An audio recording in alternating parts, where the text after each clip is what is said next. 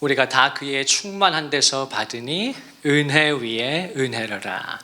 오늘 이 하나님의 특별한 은혜 위에 은혜가 저와 여러분과 우리 교회에 있기를, 오늘 함께 예배하는 우리 자녀들에게 있기를 주님의 이름으로 축원합니다. 태초에 말씀이 계시니라. 이 말씀이 하나님과 함께 계셨으니 이 말씀은 곧 하나님이시니라. 그가 태초에 하나님과 함께 계셨고 만물이 그로 말미암아 지은 바 되었으니 지은 것이 하나도 그가 없이는 된 것이 없느니라. 그 안에 생명이 있었으니 이 생명은 곧 사람들의 빛이라. 지난주에 우리가 요한복음 1장의 전반부의 말씀을 통해서 태초에 말씀이 계셨고 그 말씀이 바로 예수 그리스도시다. 그리고 그 예수 그리스도 안에 생명이 있다. 그리고 또 요한의 서신을 통해서 그 영원한 생명, 그 생명의 말씀이 바로 예수 그리스도 자신이시다 하는 말씀을 우리가 깊이 있게 나누고, 과연 그 안에, 그리스도 안에 생명이 있고 또 그 예수 그리스도를 우리가 믿음으로 받아들여서 죄사함 받고 하나님의 자녀가 되어서, 요한복음 1장 12절은 그것을 하나님의 자녀가 되는 권세라, 엑수시아, 그 놀라운 권세를 저와 여러분이 가지게 되었습니다. 할렐루야. 이것이 하나님의 말할 수 없는, 다 표현할 수 없는, 다 전할 수 없는, 다 찬양할 수 없는 하나님의 은혜인 것이에요. 저와 여러분이 하나님의 자녀로 거듭났기 때문에 우리가 죄가 있어도 또 우리가 부족해도 연약해도 넘어져도 하나님의 자녀이기 때문에 자식을 버리는 부모가 어디 있어요? 자식을 외면하는 부모가 어디 있습니까? 조금 실수했다고, 조금 때가 묻었다고 나가라 그러는 부모가 어디 있어요? 우리 아버지 하나님께서 저와 여러분을 영접해 주시고 이 아침도 예배하신 은혜를 주십니다. 그리고 이제 계속해서 그 이제 14절 오늘 본문에 가면 말씀이 육신이 되어서 우리 가운데 거하심에 우리는 그의 영광을 봅니다. 우리가 그의 영광을 보니 아버지의 독생자의 영광이요 은혜와 진리가 충만하더라. 할렐루야. 이 14절 말씀은 요한복음 1장 1절과 더불어서 가장 신비로운 말씀이죠. 태초에 말씀이 계시니라. 이 말씀이 하나님과 함께 계셨으니 이 말씀은 곧 하나님이시다. 그리고 중간에 2절부터 13절까지가 있지만 우리가 그것을 잠시 내려놓고 1절에서 14절로 바로 간단 말입니다. 그러면 이 말씀은 곧 하나님이시니라. 그 말씀이 육신이 되어 우리 가운데 거하심에 우리가 그의 영광을 보니 아버지의 독생자의 영광이요 은혜와 진리가 충만하더라. 이렇게 이어지는 거예요, 말씀이. 그 말씀이신 예수 그리스도께서 육신이 되셔서 저와 여러분 같은 육을 입고 이 땅에 오셨는데 우리는 그분의 영광을 본다는 것이에요. 여러분, 세상은 그 예수 그리스도의 영광을 보지 못합니다. 그 11절 말씀에서도 그 예수 그리스도가, 그 생명이 이 땅에 오셨는데, 자기 백성에게 오셨는데 뭐라고 요한이 증거합니까? 자기 땅에 오매 자기 백성이 영접하지 아니하였으나 영접하는 자, 곧 그 이름을 믿는 자들에게는 하나님의 자녀가 되는 엑수시아를 주셨다. 권세를 주셨다. 그러니까 이 세상은 그 예수 그리스도를 알아보지 못해. 제가 어제도 새로운 책을 하나 서치하다가 제가 참 책을 좋아하고 또 과학 분야도 제가 관심이 많아요. 잘 모르지만 또 다 읽지는 못하지만 관심이 많고 또 제 책 리스트에는 참 많은 이렇게 과학 책들이 있어요. 다 읽지 못해서 그렇지만 최근에 진화에 관한 책이 또 하나 나왔는데 저명한 과학자들, 기자들 이렇게 때로 모여서 공저를 썼더라고요. 진화에 관한 책인데 거기 이제 여러 글들이 있는데 그 중에 아주 중요한 글 중에 하나가, 그래서 이제 그 제목을 따다 이제 그 책을 이제 홍보하더라고요. 진화가 우리를 자유롭게 하리라. 진화가 우리를 자유케 하리라. 그렇게 이제 그 카피라이트를 뽑았더라고. 그래서 그걸 보는데 너무 마음이 아픈 거예요. 너무 마음이 아파. 하필이면 무슨 말씀을 갖다 붙인 거예요? 예수 그리스도의 요한복음 8장에 있는 말씀 32절에 예수님께서 진리를 알지니 진리가 너희를 자유롭게 할 것이다. 그 예수님의 아주 중요한 말씀이죠. 근데 그 밑에 가면 그 진리를 예수께서 아주 구체적으로 설명하시죠. 자, 진리를 알지니 진리가 너희를 자유롭게 할 거야. 근데 그 밑에 가면 어떤 말씀이 이어집니까? 예수께서 뭐라고 말씀하시죠? 아들이 너희를 자유하게 하면 너희가 자유하게 될 것이다. 그러니까 예수께서 말씀하신 그 유명한 진리를 알지니 하는 말씀에서 그 진리는 뭐예요? 진리가 너희를 자유하게 할 것이다. 그 진리는 바로 예수 그리스도신 줄로 믿습니다. 예수님의 가장 위대한 계시 가운데 하나인, 가운데 하나가 아니라 예수님의 7번의 계시 중, 자기 계시 중에 가장 강력한 계시인 요한복음 14장 6절에 보면 예수께서 이르시되 내가 바로 길이요 진리요 생명이다. 나로 말미암지 않고는 그래서 아버지께로 올 자가 없다. 내가 곧 길이요 진리다. 예수님이 진리이신 거예요. 그런데 그 진리이신 예수 그리스도를 이 세상은 알아보지 못한다는 것입니다. 그리고 받아들이지 않아요. 그리고 엉뚱하게 자기들의 지성을 엉뚱한 데다 발휘해서 진화가 우리를 자유롭게 할 것이다. 너무너무 안타까워. 너무너무 안타까워. 어떻게 하겠어? 그 사람들 그렇게 하는 걸. 거룩한 주일에 교회에 와서 예배 드리면 얼마나 좋아. 우리 아이들처럼 이렇게 예쁘게 예배 드리면 얼마나 좋아. 2023년의 마지막 날인데 다른 때는 몰라도 이런 때는 주의 전에 달려 나와서 예배 드림이 마땅한 것인데 할렐루야. 저와 여러분에게는 이것이 자연스러운 것이지만 세상에 속한 자들에게는 그렇지 않다는 것이에요. 자, 그 예수 그리스도를 받아들이는 자들은 놀랍게도 하나님의 자녀가 되는 것이에요. 하나님께서 그 권세를 주십니다. 그래서 하나님의 자녀가 된 그 하나님의 백성들은 어떻게 된다는 것이에요? 우리가 그의 영광을 보니, 하나님의 자녀들은 이제 예수 그리스도의 그 영광을 보게 되는 것입니다. 그 영광을 보실 수 있기를 주님의 이름으로 축원을 드립니다. 오늘도 예배 드리는 가운데 찬양하면서 또 말씀을 듣는 가운데 이곳에 운행하시는 성령을 내가 느낄 수 있어야 하고, 그 가운데서 예배가 진행될수록 더 깊이 내 안에 침전해 들어오시는 그 성령님을 내가 경험할 수 있어야 하고, 그 속에서 하나님의 음성이 들리는 것이고, 그 속에서 하나님의 만지심을 경험하는 것이고, 그 안에서 하나님의 영광을 보는 것이에요. 하나님의 자녀들은 그렇게 할 수 있다는 것입니다. 여러분, 내가 일주일을 낙심했을지라도 예배를 드리는 가운데 하나님의 기쁨이 내 기쁨이 되고 하나님의 영광이 내게 나타나기 시작하는 거예요. 그 말씀을 듣는 가운데 표정이 바뀌고 눈빛이 달라지고, 오늘 2020 한 해를 마지막하는 마무리는 마지막 날인데 하나님께서 얼마나 1년 동안 수고하고 애쓴, 또 예배 드리는 하고 최선의 예배를 늘 준비하고 이렇게 달려왔던 저와 여러분에게 이 마지막 날 마지막 예배 때 하나님께서 얼마나 예비하신 크고 놀라운 그런 은혜가 있겠어요. 할렐루야. 하나님은 상상할 수 없는 은혜를 주십니다. 에베소서 3장 20절이 말씀하는 것처럼 우리가 온갖 구하는 것이나 생각하는 것에 하나님 어떻게 하신다고? 더 적게 주십니까? 더 그냥 째째하게 주시나요? 우리 가운데서 역사하시는 그 능력대로 우리의 온갖 구하는 것이나 생각하는 것에 더 넘치도록 능히 하실 하나님이시다. 우리 하나님이 그런 분이신 줄로 믿습니다. 그래서 저와 여러분은 하나님의 자녀이기 때문에 저와 여러분 때로는 비리비리해 보이고 때로는 뭐 이렇게 힘이 없어 보여도 가끔 그럴 때 있잖아요, 저와 여러분. 그러나 우리의 정체성은, 본질은 하나님의 자녀라는 것이에요. 그 하나님의 자녀들은 권세가 있어요. 권세. 그 권세 엑수시아를 제가 지난주에 설명드렸잖아요. 신분에서 오는 권세라고. 신분에서 오는.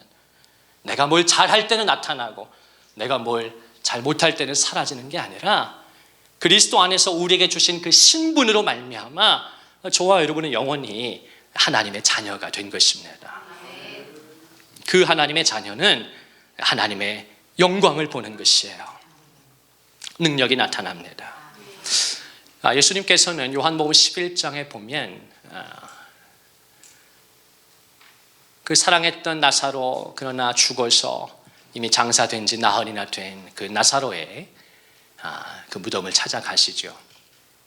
그리고 슬픔에 잠겨있는 그들에게 예수님 말씀하십니다. 고통 가운데 비통해하는 그 누이에게 말씀하시죠. 나는 부활이요 생명이니 나를 믿는 자는 죽어도 살겠고 무릇 살아서 나를 믿는 자는 영원히 죽지 않을 것이다. 네가 이것을 믿느냐? 여러분 믿으십니까? 나는 부활이요 생명이니 나를 믿는 자는 죽어도 살겠고, 저와 여러분이 예수 그리스도를 믿으면, 예수 그리스도를 받아들이면, 하나님의 자녀가 되면 죽어도 산다는 것이에요. 그리고 무릇 살아서 나를 믿는 자는 영원히 죽지 아니한다. 불로 장생한다는 뜻이 아니에요. 살아서 나를 믿는 자, 살아있는 동안에 나를 믿는 자, 예수 그리스도를 믿는 자는 영원히 죽지 않는다는 것이에요. 우리가 이 땅에서는 하나님의 정한 때가 되면 다 죽게 되겠지만 우리도 예수 그리스도의 영원한 부활에 참여해서 저 영원한 천국에서 나와 당신을 위해서 예비된 하나님의 나라에서 영원히 산다 그 말입니다. 영원한 안식을 누리게 된다 그 말씀이에요. 그러면서 주님이 40절에 가면 뭐라고 말씀하십니까? 네가 믿으면 하나님의 영광을 볼 것이다. 여러분 오늘 2023년의 마지막 날 예배를 드리는 저와 여러분에게 주님이 뭐 말씀하시는 거예요? 네가 믿으면 하나님의 영광을 보리라. 여러분 저와 여러분에게 그 믿음이 있어야 합니다. 하나님의 영광을 보는 믿음이에요. 그 믿음이 있으면 하나님이 주시는 은혜 위에 은혜를 받게 되는 거예요. 그래서 오늘 말씀에 계속해서 마지막 16절에 우리가 다 그의 충만한 데서 받으니, 예수 그리스도의 그 충만하심으로부터 우리가 받는다는 것이에요. 뭐를? 은혜 위에 은혜를. 왜 요한이 그냥 우리는 예수 그리스도의 그 충만함으로부터 은혜를 받는다 그러면 되지, 왜 은혜 위에 은혜라, grace upon grace라, 왜 그렇게 말했어요? 하나님 저와 여러분에게 은혜를 주시는데 하나님만 은혜를 주는 게 아니잖아요. 우리의 원수 마귀도, 이 마귀 이 자식도 우리의 삶에 개입하고 간섭하고 도둑질하고 죽이고 멸망시키려고 하고, 얼마나 많은 사람이 파멸당합니까? 이 마지막 시대에.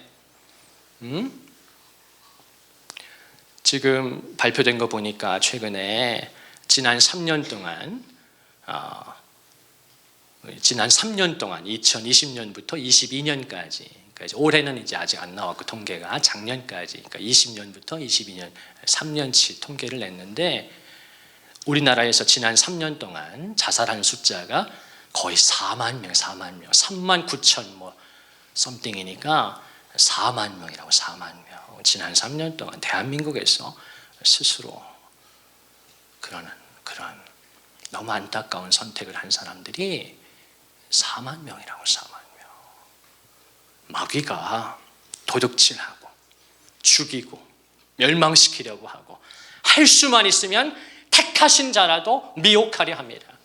마귀가 그렇게 역사하니까 예수님은 베드로에게 어떤 말씀을 가르쳐 주십니까? 보라, 지금 사탄이, 마귀가 너를 밀가부르듯 하려고 내게 요구하였으나 너와 너의 가정을, 너의 자녀들을 마귀가 밀가부르듯 하려고 완전히 짓이겨서 파멸시키려고 한다는 거예요. 여러분 정신 차려야 합니다.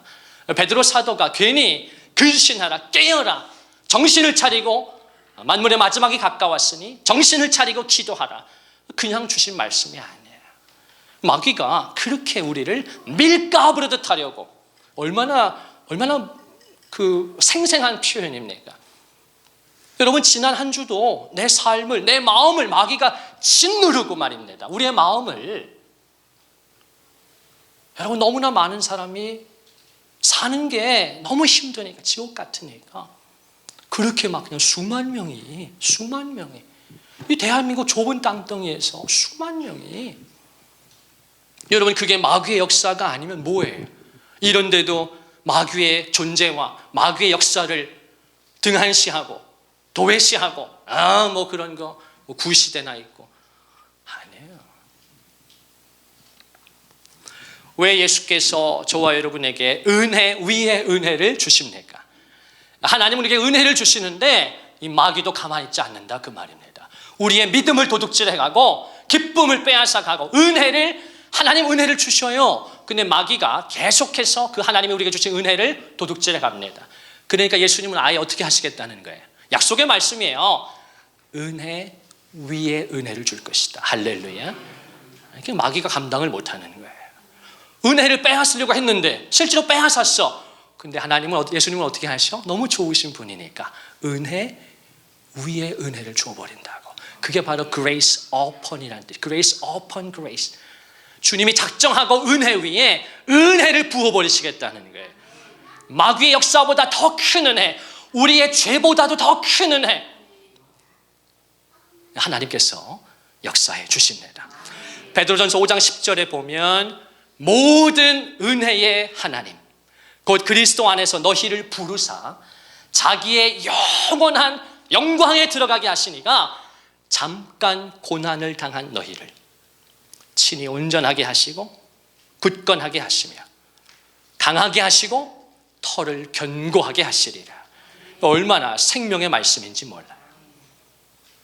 베드로를 통해서 하나님께서 하나님을 어떻게 계시해 주시는가? 우리 하나님은 어떤 분인가? 모든 은혜의 하나님이시다. 할렐루야. 모든 은혜의 하나님. 근데 그분이 어떻게 하셨는가? 그리스도 안에서 너희를 부르사. 할렐루야. 그 모든 은혜의 하나님이 예수 그리스도 안에서 나와 당신을 부르셨다는 거예요. 저와 여러분은 그 하나님의 부르심을 받은 것이에요. 여러분, 놀라운 은혜인 것입니다. 이것이. 누가 하나님을 찬양할 수 있습니까? 누가 하나님을 예배할 수 있어요? 누가 말씀을 전할 수 있습니까? 누가 말씀을 들을 수 있어요? 로마서 10장 17절에 보면 그러므로 믿음은 들음에서 난다고 그랬는데 누가 하나님의 말씀을 들을 수 있냐, 그 말이에요. 요한복음 10장 27절에 보면 내 양은 내 음성을 듣고 나를 따르느니라. 나도 그들을 안다. 여러분, 누가 예수님의 목자의 음성을 듣고 반응할 수 있냐, 그 말이에요. 그리스도 안에서 너희를 부르사. 그러니까 하나님께서 예수님을 통해서 부르신 자들만, 다시 말하면 부르심을 입은 저와 여러분만 그 하나님의 자녀가 되고 또 하나님과 그런 관계를 맺을 수가 있는 것이에요.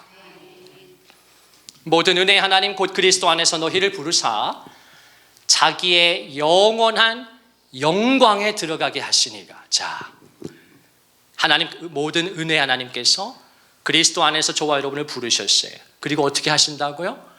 자기의 영원한 영광에 들어가게 해주신다. 여러분, 저와 여러분에게 그 소망이 있습니다. 아멘. 저와 여러분에게 그 소망이 있어요. 나는 하나님의 영원한 그 영광에 들어갈 수 있습니다.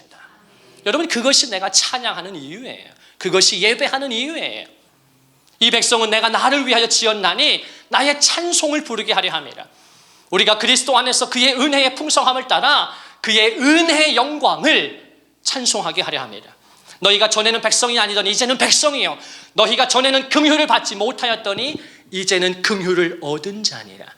그렇게 하신 이유는 어두운 데 있던 너희를 불러내어 그의 기이한 빛에 들어가게 하시니에 아름다운 덕을 선포하게 하려 하심이라. 여러분, 은혜 받은 자를 가르쳐 주는 거예요. 하나님께서 저와 여러분을 부르셔서 하나님의 영원한 영광에 들어가게 해 주신 것입니다. 그런데 그 말씀이 또 어떻게 이어집니까? 그런데 자기의 영원한 영광에 들어가게 하시니까 잠깐 고난을 당한 너희를. 우리가 그런 하나님의 모든 은혜를 받고, 영적인 은혜를 받고, 그리스도 안에서 부르심도 받고, 하나님의 영원한 그 영광에 저와 여러분이 들어가게 되었는데, 잠깐 고난을 당한 너희를, 이 세상에서는 고난을 만난다는 것이에요. 잠깐 고난 당한 너희를 친히 하나님께서 친히 온전하게 하시고 굳건하게 해주신다. 강하게 해주시고 털을 견고하게 하시리라.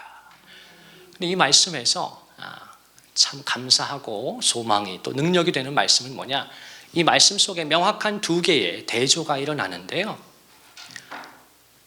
자기의 영원한 영광에 들어가게 하시니, 거기서 영원한 영광이라. 그런데 그 성도라고 할지라도 이 세상에서는 고난을 만나요. 그런데 어떻게 말씀하죠? 잠깐 고난당한 너희를. 어떻게 대조가 일어나는 거예요? 영원한 영광과 잠깐 고난이 있다는 것이에요. 여러분, 이것이 하나님의 모든 은혜의 하나님이신 이유예요. 고난이 없는 건 아니에요. 그러나 여러분, 이게 만약 바뀌었다고 생각해 봐요. 하나님이 저와 여러분을 부르셨는데 잠시 그 영광에 들어가기 위해서 영원한 고난에 빠진 너희를 그랬어 봐요. 어떻게 소망이 있어 우리가? 여러분, 이해가 됩니까 지금? 따라오고 있어요? 너무 사랑스러워서. 이 말씀 속에 명확한 대조가 일어나고 있다 그 말이에요. 영원한 영광과 잠깐 고난이라는 명확한 대조를 지금 하나님이 사도 베드로를 통해서 가르쳐 주는 거예요. 저와 여러분에게 무슨 약속이 있어요? 영원한 영광의 그 약속과 소망이 있다 그 말입니다. 그것이 감사한 것이고 영원히 찬송할 이유가 되는 것이에요. 그러나 이 세상을 사는 동안에는 잠깐 고난이 있다는 것이에요. 그런데 우리가 감사하고 위로와 소망이 되는 건 뭐예요? 이 세상에서의 삶이 진짜가 아니기 때문에. 사랑하는 여러분, 이 세상에서의 삶이 진짜가 아니에요. 이 땅에서의 삶은 연습 경기라 그 말입니다. 여러분, 본 게임은 저 하나님 나라에서 일어나는 것이에요. 이 땅은 그림자와 같은 것이에요. 정류장과 같은 것이에요. 우리 이윤아 선교사님 너무 사랑스럽고 제가 교제하고 너무너무 그 깊은 고통을 통과하면서 그 어렸을 때 헤어진 엄마를 수십 년 만에 만나서 이제는 정말 기쁘게 해드리고 행복하고, 아이고 근데 또 하나님이 왜 그렇게 또 금방 데려가셔요 또. 근데 그 어머니를 보내드리는 그 사무치는 아픔 속에서 그 장례식장으로 향하는데 그 버스 안에서 바깥에 벚꽃이 너무 아름답더라는 거 아니에요. 이 차 안은 우울한데 정막이 흐르는데 바깥은 고요하고 평화롭고 벚꽃이 만개했더라. 근데 그때 이 아들의 그 상한 마음 속에 하나님께서 찬송을 부어주시잖아요. 시를 떠오르게 하시잖아요. 내가 지금 어머니를 보내드리는 장례식 가는 이거 절차인데 다 이해할 수 없는데 왜 하나님이 그 엄마를 다시 만나게 하셨는데 아이고 금방 또 이렇게 데려가시나. 근데 그때 성령님께서 그 귀한 아들을, 그래서 선교사님이 된 거 아니에요. 이 땅은 잠시 지나갈 정류장 같은 것, 이 땅은 잠시 웃다 갈 드라마 같은 것, 이 땅에 소망 두는 자 썩어질 것이나 하늘에 소망 두는 자 구원 얻으리. 여러분, 이 땅은 지나가는 것입니다. 잠시 웃다가 또 잠시 울다가 지나가는 것이에요. 이 땅에서의 삶이 본질이나 전부가 아니라 그 말입니다. 나와 당신이 오늘도 호흡하며 살아가는 이유는 하나님의 그 은혜를 깨닫고 감사하고 찬양하면서 그 주신 사명을 감당하는 것뿐이에요. 그것이 우리의 목적이 있는 삶이에요. 그 목적과 사명이 다하면 주님 우리를 부르시는 것입니다. 죽음은 우울하거나 그런 것이 두려운 것이 아니에요. 주님이 나를 부르시면 내 본향으로 돌아가는 것입니다. 히브리서가 말씀하는 것처럼 나를 위해서 한 성이 예비되어 있으니, 여러분 그 말씀을 믿는다면 내가 정말 하나님 자녀의 영광이 있고, 우리가 계시록에서 보았던 그 이기는 자에게 주시는 그 하나님의 영광, 이기는 자는 내 하나님 성전의 기둥이 되게 할 것이며, 이기는 자는 내 하나님 보좌에 앉게 하리니 내가 이기고 내 아버지 보좌에 앉은 것과 같이 하리라. 저와 여러분을 하나님의 보좌에 앉혀주시겠다는 거잖아요. 여러분 그 소망이 있다면, 하나님 자녀의 권세가 내 안에 있다면 죽음을 두려워하지 않는 거예요. 그래서 성도가 세상을 이기는 것입니다.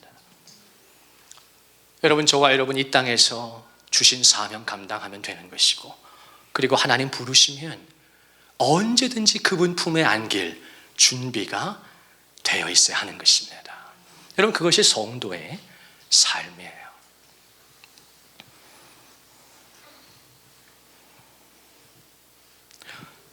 그 성도를, 이 세상에서 잠깐 고난당한 그 성도를 하나님께서 친히 온전하게 해주시고 굳건하게 해주시고 강하게 해주시고 털을 견고하게 하시면서 그 하나님의 영원한 영광에 들어가게 해주십니다.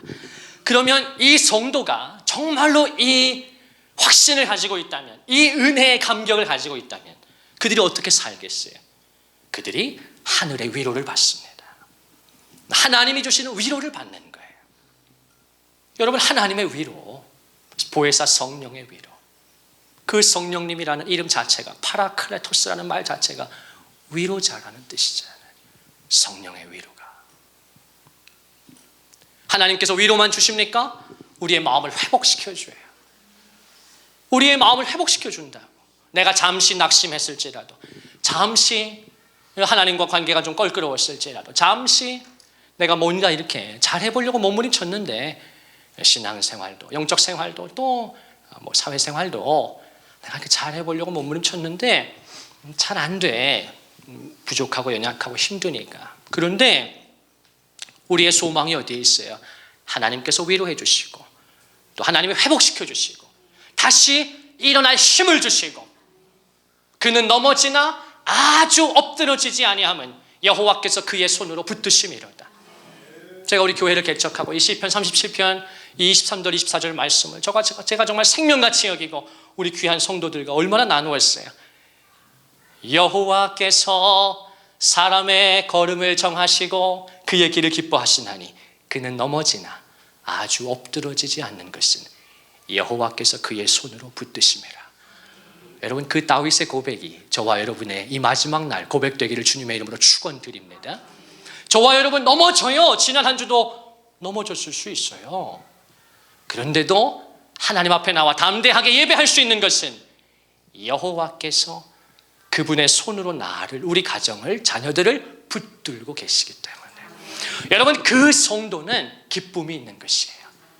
성령으로 충만한 것이에요. 제가 이제 다음 주부터 새해에 데살로니가 전서를 가지고 이렇게 좀 말씀을 몇 주간 나누려고 해요. 제 인생에서 처음으로 제가 데살로니가 전서를 메인 텍스트로 해서 말씀을 나누게 될 터인데, 저도 기대가 되고 거룩한 그런 설레임이 있고.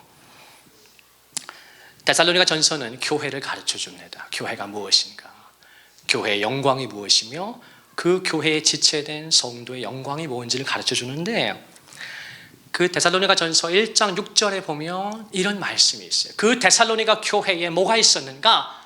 성령의 기쁨이 있었어요. 성령의 기쁨이라.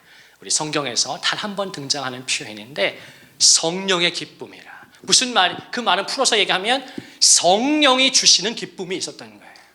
성령으로 말미암은 기쁨.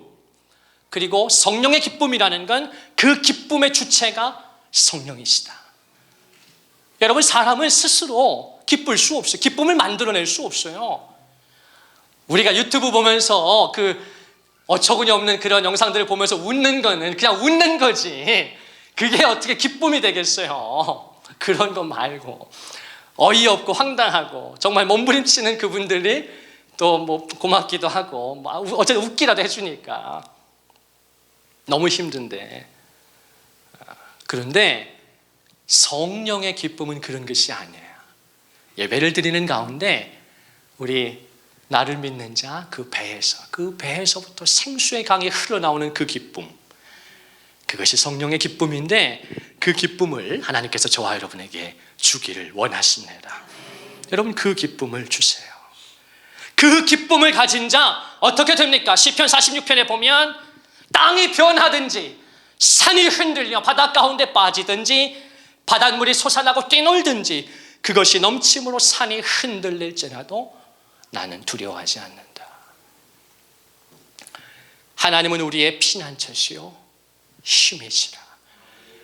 환난 중에 만날 큰 도움이시라. 사랑하는 성도요, 우리 하나님이 어떤 분이신가? 하나님은 우리의 피난처시요 우리의 힘이시며 환난 중에 만날 우리의 도움이 되어 주십니다. 누가 나의 피난처가 되시고 누가 나의 힘이 되시고 누가 나를 도우십니까? 여러분, 세상에 그런 사람이 어디가 있어요? 이 세상에서 당신의 피난처가 될 사람이 누가 있습니까? 당신의 힘이 누구에게 있어요? 당신을 도울 사람이 누가 있어요? 없어요. 그런데 시편의 기자는 하나님만이 우리의 피난처요 힘이시니 환난 중에 만날 큰 도움이시다. 그러므로 땅이 변하든지 산이 흔들려 바다 가운데 빠지든지 바닷물이 솟아나고 뛰놀든지 그것이 넘침으로 산이 흔들릴지라도 우리는 두려워하지 아니하리로다.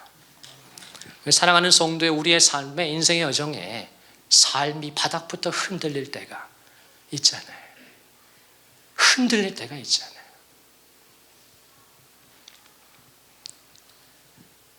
감당할 수 없는. 그런데 우리가 올 한 해도 많은 어려움들이 있었고 또 이제 내일이면 이제 새해를 맞는데 여러분, 새해라고 뭐 마냥 기쁜 일만 일어나겠어요? 마냥 뭐 즐겁기만 하겠어요? 또 많은 어려움이 또 환난이 고난이 우리를 기다리고 있지 않겠습니까? 그런데 성도의 위로와 소망이 어디에 있는가? 하나님이 주시는 그 성도의 기쁨이 어디에 있는가? 산이 흔들릴지라도 우리는, 하나님의 자녀는 두려워하지 않는다. 왜냐? 만군의 여호와께서 우리와 함께 하시니 야곱의 하나님은 우리의 피난처시로다. 하나님께서 우리와 함께 하시기 때문에 여러분, 이것이 하나님의 약속인 것입니다. 하나님이 우리의 피난처가 되어주시는 거예요. 그래서 다윗은 시편 27편에 보면 4절에 보면 그 앞에 3절부터 보면 전쟁이 일어나서 나를 애워쌀지라도 내가 오히려 태연하리로다. 실제로 다윗은 수많은 전쟁 가운데 있었으니까 전쟁이 일어나서 나를 애워싸더라도 나는 오히려 태연하리로다. 내가 여호와께 바라는 한 가지 일, 곧 그것을 구하리니 내가 여호와의 집에 살면서 그의 아름다움을 보고 오늘 말씀에 비춘다면 그의 영광을 보고, 할렐루야. 여러분, 그것이 성도가 바라는 한 가지가 되어야 해요. 그러면 나머지 99가지를 하나님 다 채워주시지 않겠습니까? 그래서 하나님은 자신 있게 저와 여러분에게 말씀하시는 거예요. 내 입을 넓게 열어라.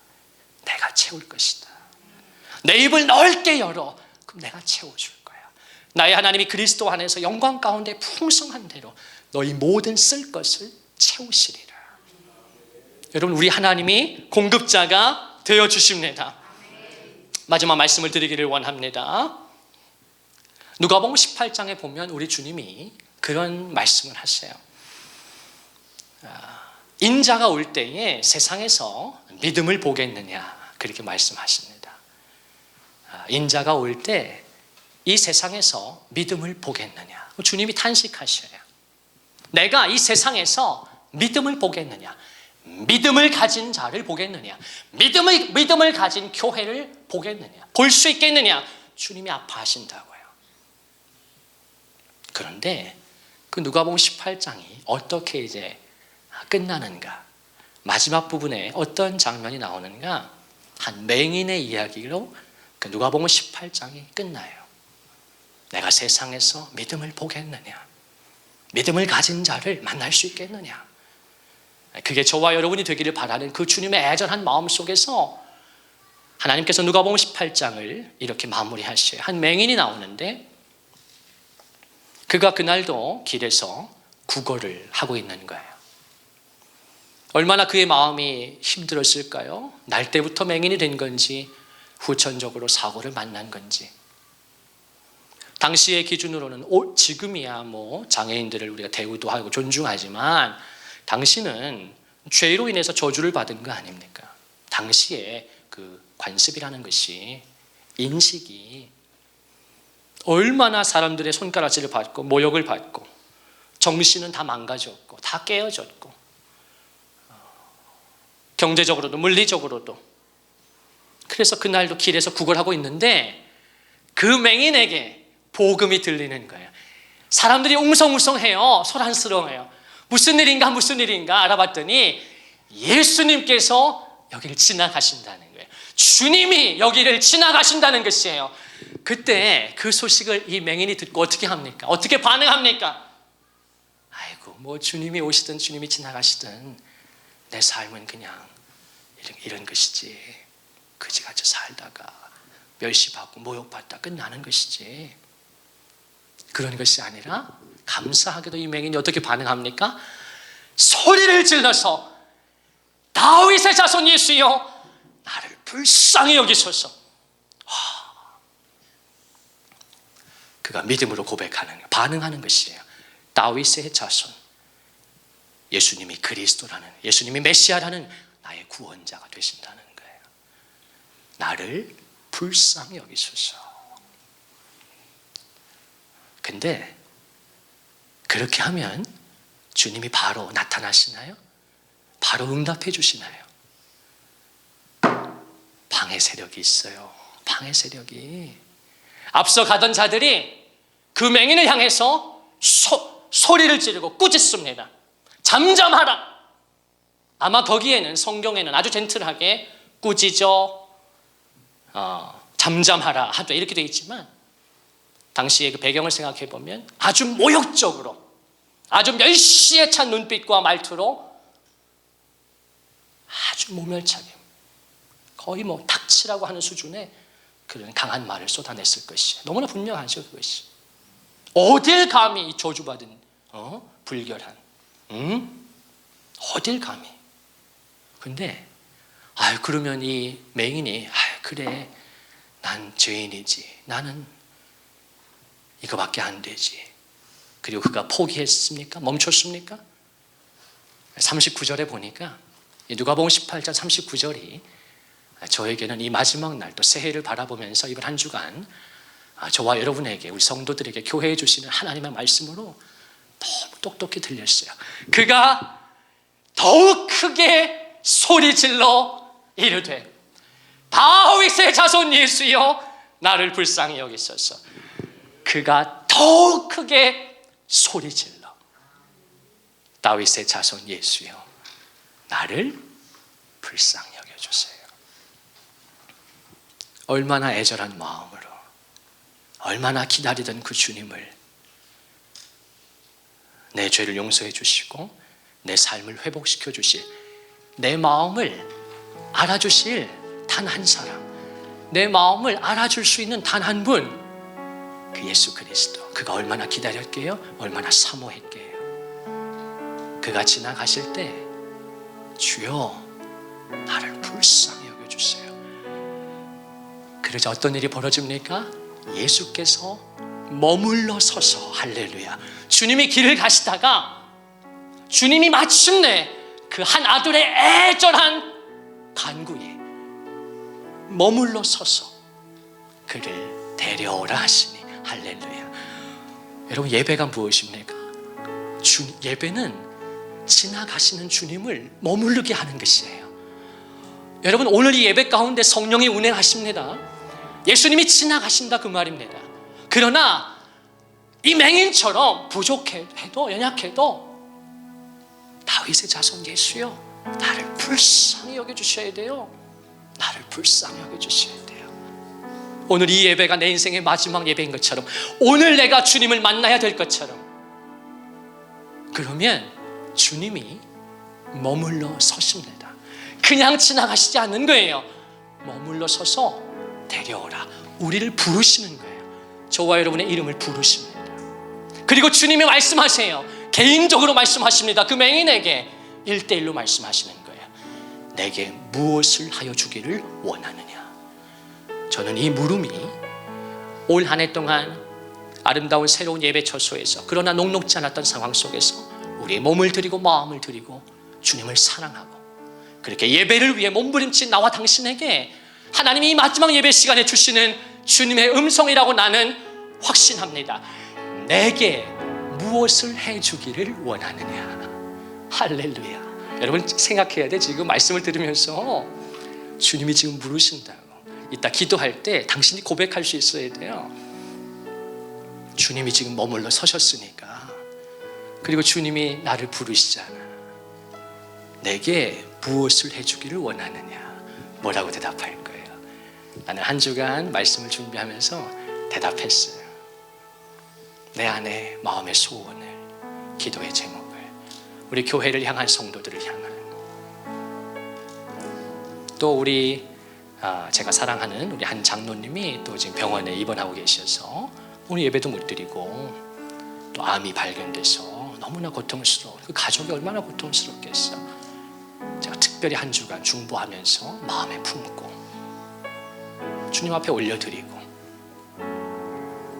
여러분, 건강하게 예배한다는 것이 이게 보통 일이 아니에요.